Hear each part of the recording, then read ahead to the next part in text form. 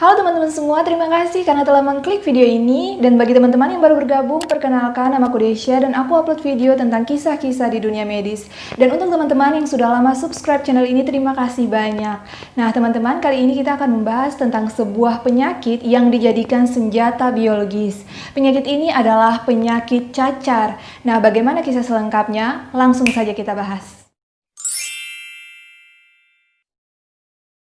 Jadi geng, penyakit cacar ini pernah menjadi penyakit yang sangat mematikan di masa lalu karena banyak memakan korban. Hampir 300 juta orang telah tewas disebabkan karena penyakit ini.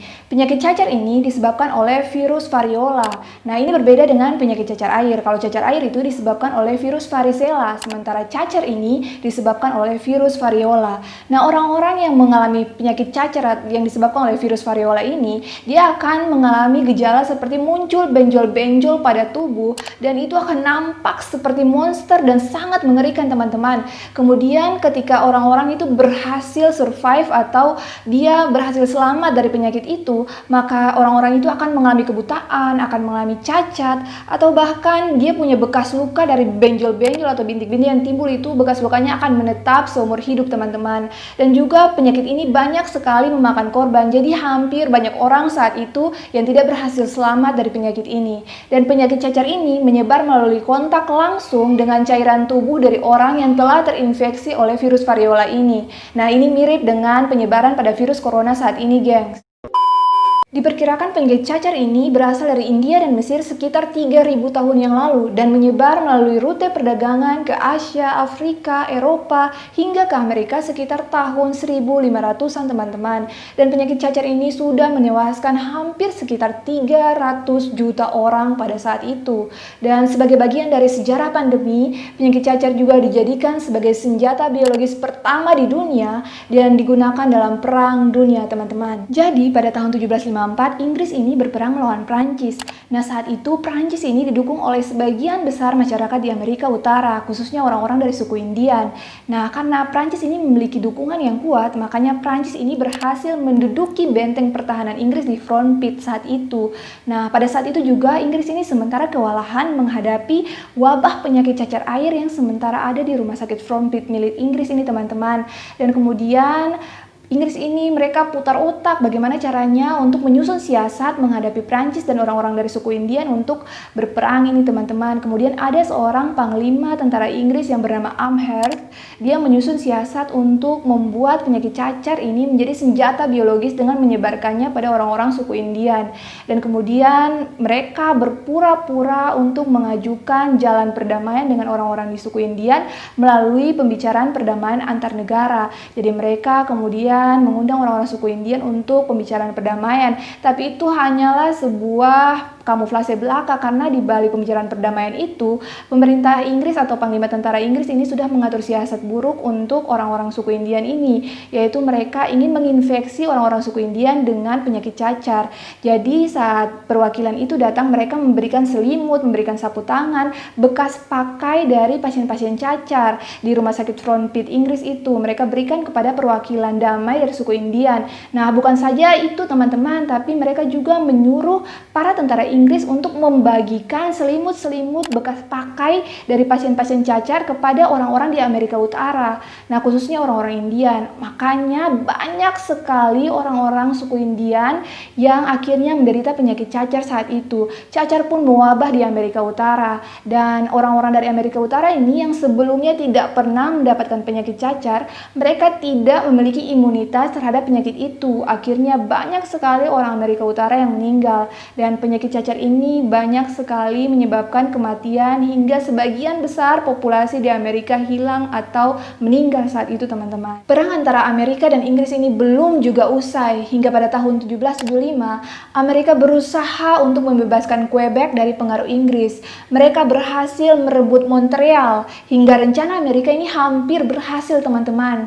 Namun pemimpin pasukan Inggris berusaha untuk melawan balik serangan Amerika, yaitu dengan cara mereka menyuruh orang-orang Inggris untuk menularkan penyakit cacar kepada para pasukan Amerika. Nah, akhirnya orang-orang Amerika banyak yang tewas akibat dari terinfeksi penyakit cacar itu. Nah, sekitar 10.000 orang Amerika tewas dan kembali menimbulkan kekacauan. Nah, jika dipikir-pikir orang Inggris ini ternyata pintar karena mereka menyerang atau melawan balik Amerika hanya dengan menggunakan senjata biologis, yaitu penyakit cacar itu, teman-teman. Nah, teman-teman, ancaman cacar sebagai senjata biologis baru bisa diredam ketika seorang dokter asal Inggris yang bernama Edward Jenner berhasil menemukan vaksin cacar pada tahun 1796. Hal ini berawal ketika Dr. Jenner memperhatikan perilaku dari masyarakat yang umumnya atau mayoritasnya bekerja sebagai peternak sapi. Nah, mereka yang memerah susu sapi ini umumnya terinfeksi oleh penyakit cacar sapi. Tetapi yang menarik dari pengamatan Dr. Jenner ini, ternyata orang-orang yang terinfeksi penyakit cacar sapi, mereka menjadi kebal terhadap infeksi penyakit cacar yang sedang mewabah di desa mereka saat itu.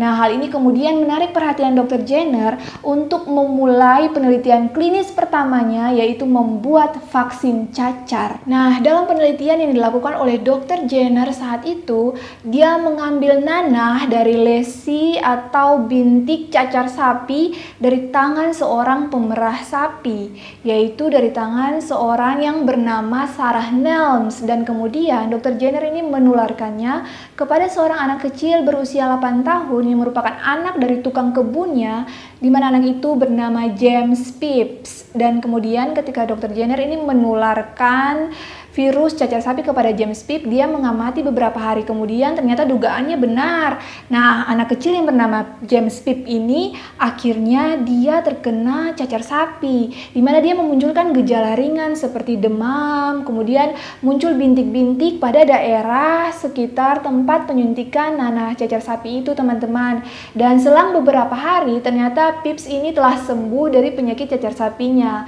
Dan kemudian 2 bulan kemudian Dr. Jenner menyuntikkan penyakit cacar atau menyuntikkan virus variola ke dalam tubuh Phipps. Kemudian Dr. Jenner mengamati ternyata Phipps ini tidak terkena penyakit cacar atau penyakit variola nih, teman-teman. Ternyata Phipps ini dia sudah kebal terhadap penyakit cacar, dan akhirnya Dr. Jenner berhasil membuat vaksin cacar. Nah, istilah vaksin sendiri diberi oleh Dr. Jenner karena substansi yang diambil untuk pembuatan vaksin itu berasal dari sapi, dan bahasa Latin dari sapi adalah vacca. Nah, pembuatan vaksin ini bertujuan untuk mencegah manusia terkena atau terinfeksi oleh mikroorganisme berbahaya. Begitu, teman-teman. Jadi vaksin ini merupakan mikroorganisme yang telah dilemahkan, dimasukkan ke dalam tubuh manusia untuk mencegah manusia terinfeksi oleh penyakit. Eksperimen penyakit cacar yang dilakukan oleh Dr. Jenner ini terus berlanjut. Penelitian demi penelitian dilakukannya dan penemuannya dirangkum dalam sebuah buku. Dan dalam buku itu tertulis harapan Dr. Jenner untuk penyakit cacar ini dapat dibasmi secara total. Dan dunia pun menerima vaksin cacar yang dibuat oleh Dr. Jenner ini dan menggunakannya. Dan dunia pun dinyatakan telah bebas cacar pada tahun 1979.